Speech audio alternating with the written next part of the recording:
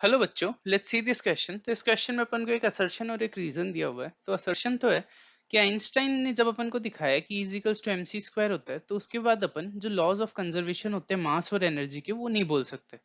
और इसका रीजन ये है कि अब अपन को एक यूनिफाइड लॉ की बात करनी पड़ेगी जो दोनों मास और एनर्जी को एक साथ कंसिडर करता है। और इसका सबसे कन्विंसिंग एविडेंस है principle operates in nature comes from nuclear physics.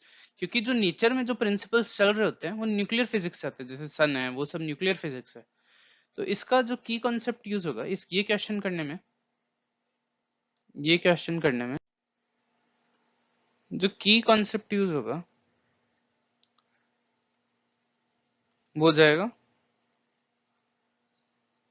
Mass energy equivalence.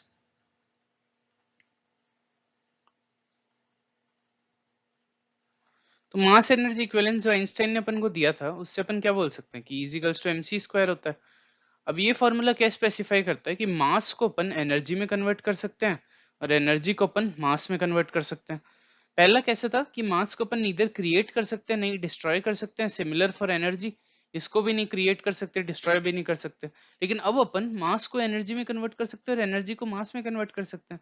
तो अपन इंडिविजुअली मास और एनर्जी के कंजर्वेशन की तो बात कर ही नहीं सकते अब। तो जो असर्शन है वो करेक्ट हो जाएगा, क्योंकि मास एनर्जी में कन्वर्ट हो गया मान लो। तो अपन इंडिविजुअली मास के कंजर्वेशन की कैसे बात करेंगे। और इसका रीजन क्या दिया है कि अब अपन को एक यूनिफाइड लॉ की बात करनी पड़ेगी जो दोनों मास और एनर्जी को एक साथ लेता है, जैसे E = MC स्क्वायर। तो ये एक यूनिफाइड लॉ है, ये मास और एनर्जी को एक साथ लेता है।